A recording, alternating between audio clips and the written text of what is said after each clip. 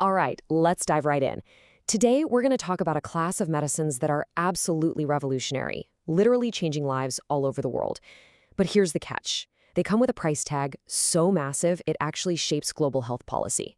So to kick things off, let's get a handle on just how big we're talking. Before we can even talk about the solution, we first have to wrap our heads around the sheer scale of the situation. And trust me, the numbers here are almost hard to believe. That's it right there, $465 billion. That is the projected global spending for just this year on a special class of medicines called biologics. And this isn't just some abstract number, it's a massive slice of healthcare budgets all around the planet. So what exactly are biologics? Well, think about it like this. Traditional drugs, like aspirin, are made by mixing chemicals together. But biologics, they're different. They are incredibly complex proteins that are actually made by living organisms. We're talking bacteria or yeast. They're like tiny biological machines engineered in a lab to do a specific job in your body. And you've definitely heard of them, I guarantee it.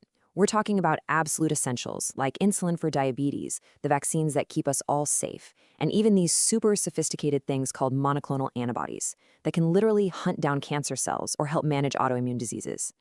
They're really the cornerstones of modern medicine. Okay, so if these biologics are so critical, but they're also insanely expensive, what's the answer, right? How do you make these treatments available to more people?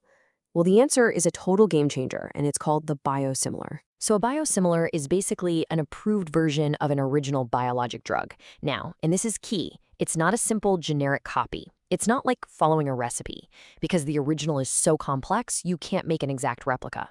Instead, a biosimilar is engineered to be highly similar. So similar, in fact, that there are no meaningful differences in how it works, how safe it is, or how potent it is.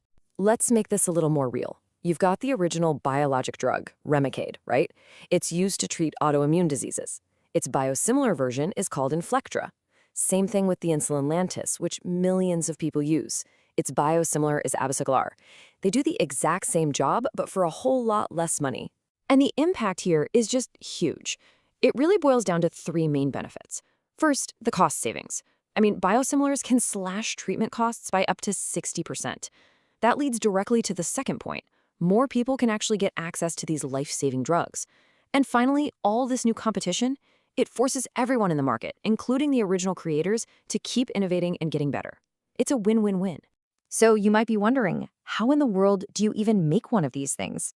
Let's take a little peek inside the microscopic factories that are working 24/7 to produce these miracle drugs.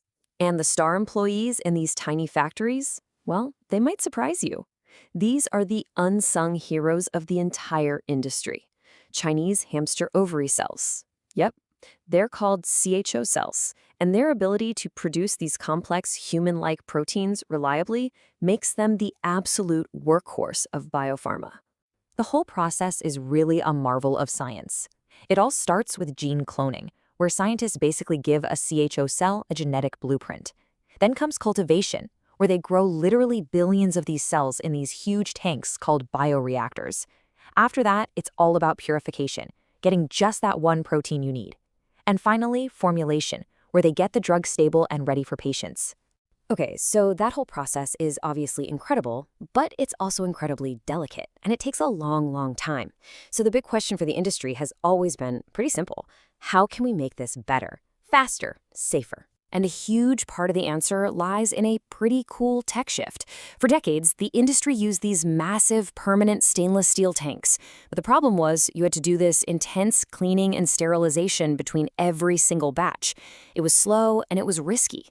The modern way? Single-use technology. We're talking pre-sterilized disposable bags and parts. This just about eliminates cross-contamination risk, it slashes downtime, and it makes the whole operation way more flexible and efficient. So this combination of powerful drugs and smarter manufacturing isn't just a science experiment. It is fueling a massive economic and healthcare revolution that's spreading all across the globe. Just look at the Gulf Cooperation Council, or GCC, region. That market was already worth $1.4 billion last year, but it's projected to grow at a staggering 21% per year through 2030. That's not just growth, that's absolutely explosive. And this isn't happening by accident, not at all. It's being driven by massive strategic investments. You've got Saudi Arabia's Vision 2030 pouring billions into building up their own local drug manufacturing. The World Health Organization is investing over $500 million to create a biologics hub in Africa. And you're seeing these huge partnerships like Samsung and Saudi Biotech that are putting this technology into new hands all over the world. So here's the bottom line. You've got the science, you've got the investment, and you've got the technology, and it is all coming together at once. And it's painting a really clear picture of where medicine is headed in the very near future. Let's just look at the roadmap for a second. By 2027, the GCC is aiming to produce 40% of its own complex medicines.